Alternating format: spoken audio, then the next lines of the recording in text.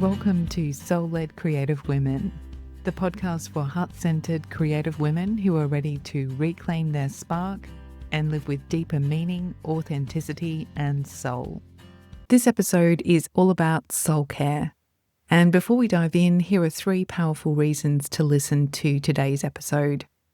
You'll discover why traditional self-care often leaves us feeling empty, even when we're doing all the right things. You'll learn how to shift into soul care practices that deeply nourish your creativity, emotions, and inner truth.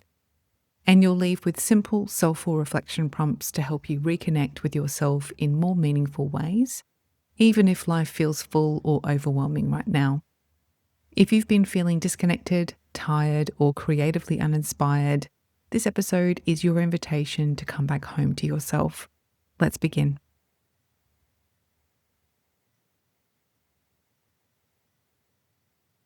So today I want to open a conversation that might shift the way you think about self-care.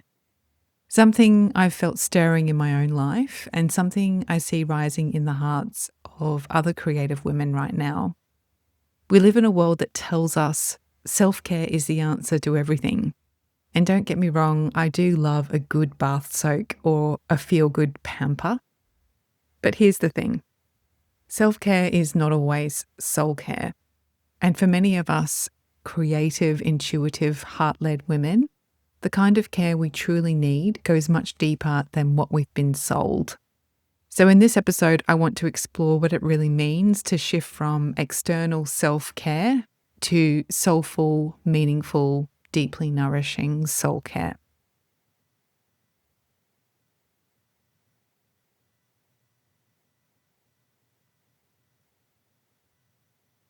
So there have certainly been times in my own life when I felt like I was ticking all the self-care boxes.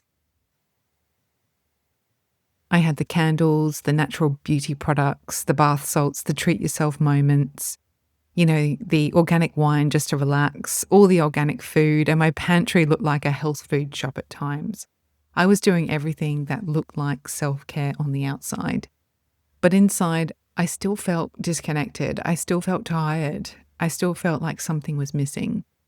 Because what I really needed wasn't more surface level soothing. I needed to come back home to myself. I really needed soul care. And I see this over and over again in the women I work with. They're doing all the things, but they still feel restless, like they've lost touch with something real and essential, something deep inside. And it's that quiet ache you feel sometimes, and recognizing that that's your soul calling you back, calling you home. So soul care isn't about fixing yourself. It's not about doing more or even just finding ways to feel better for a moment. Soul care is really about reconnecting with your truth. It's about making space for what's really going on beneath the surface, deep within you. And it's really the difference between treating yourself and honoring yourself.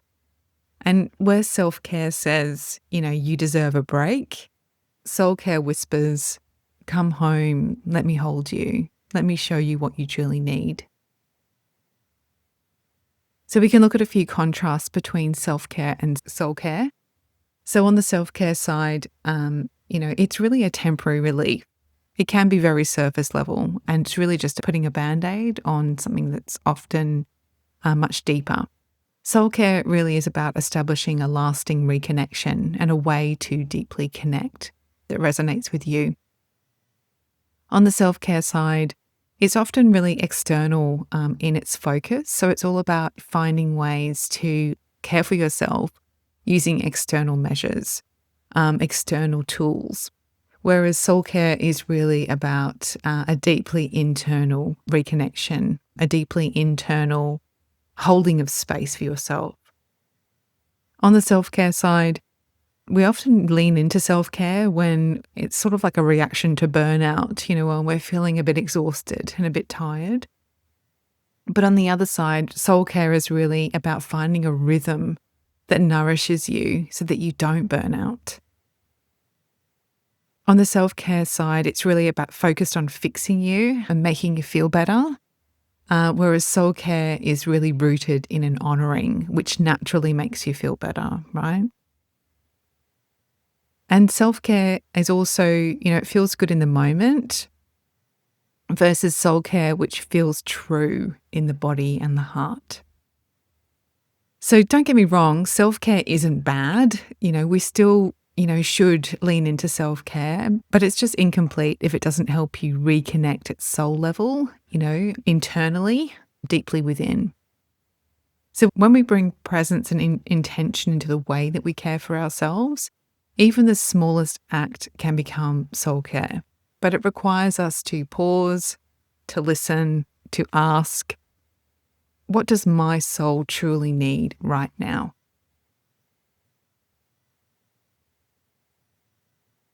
And soul care, there isn't a formula. It's not a 5-step checklist, but there are a few ways it might look in your life. It could look like showing up for a 30-minute creative ritual, just for you, with no pressure to produce anything beautiful, just to create space for yourself. It could be journaling honestly without trying to arrive at answers or have perfect curated sentences. It could be sitting with an emotion that you've been avoiding and letting it speak to you, just sitting with it. And often, this solo time or alone time is the perfect soul care because it really helps you to face whatever it is that's causing you pain or distressed or exhausting you. It could be a quiet walk in nature without any technology, just feeling in tune with your senses while you're in nature, exploring all of the senses is a really beautiful way to tune inwards. It could be making art or marks on a page as a way to listen to your inner world when it's difficult to find words. It could be saying no to something that drains you and yes to something that brings you back to life. And most of all, it could be choosing rest, not as a reward, but as a sacred need. And for me, creativity has become the most powerful form of soul care. Not because it's always fun or that I'm always creating beautiful art, but because it helps me meet myself honestly. It lets my inner world rise to the surface. And through my creative soul ritual system, which features grounding, intention, play, express, reflect, I found a real rhythm that helps me come home again and again. It's a rhythm that reminds me I'm not here to perform. I'm here to be present, to honor, to play, to listen. And when we create with intention, even in the smallest ways, we give our soul a voice. So if you've been feeling disconnected or stuck in routines that don't really serve you anymore, or if you've got a self-care list that feels more like a to-do list than something that's truly nourishing you, this is your reminder. You don't need more routines. You don't need to earn your way into rest or beauty or truth. You just need more you. Soul care isn't something extra. It's not indulgent. It's not a luxury. It's the most natural thing in the world. It's a remembering of what's already within you and what's true for you.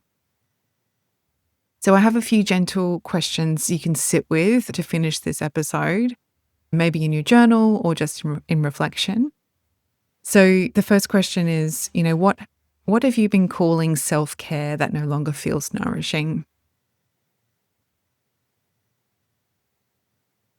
When was the last time you felt truly seen by yourself?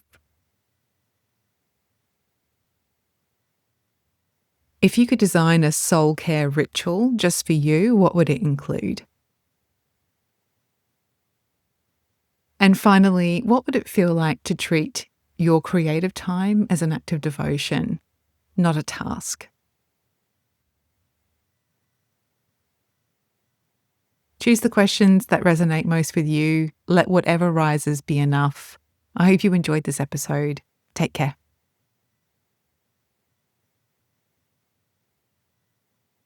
Hey, Sam here. Thanks so much for listening to the end.